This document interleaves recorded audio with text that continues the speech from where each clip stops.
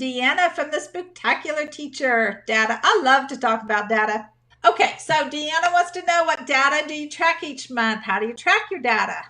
Paper, pencil, Excel, whatever. Okay, I love data. And I have been tracking my data since day one. So, what do I track? I track what were the top 5 sellers for the month in earnings and in units sold. I do both, and I keep track of that. I have my products organized by skill and by product lines. So I keep track of not only the top 5 products, but the top 5 skills and the top 5 product lines. Now you can do the products individually on your dashboard. It'll do that for you. Okay. Earnings, set your dates, look at your entire store. The first 5 are the top. You cannot do it by product line and skill or whatever on TPT.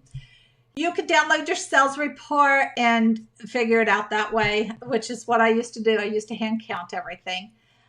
Crazy, until my husband built me an Excel spreadsheet to calculate it for me. I do have data tracking sheets in my store. Some things I do on paper in my planner.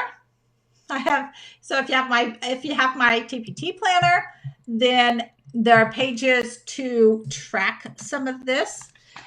If you have my data tracking sheets, then it is a way to track as well. I keep track of how much money I make every single day, how many items I sell. So it's done by day, month, quarter, and year. And I do that all in my tracking sheets, which are Excel or numbers. Let's see. I keep track of site-wide sales, so I can compare those.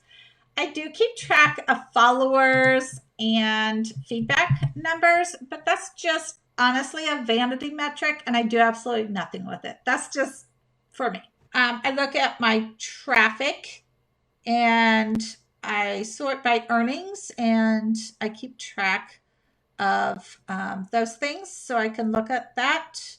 Here's the thing. The product statistics page is a cumulative data.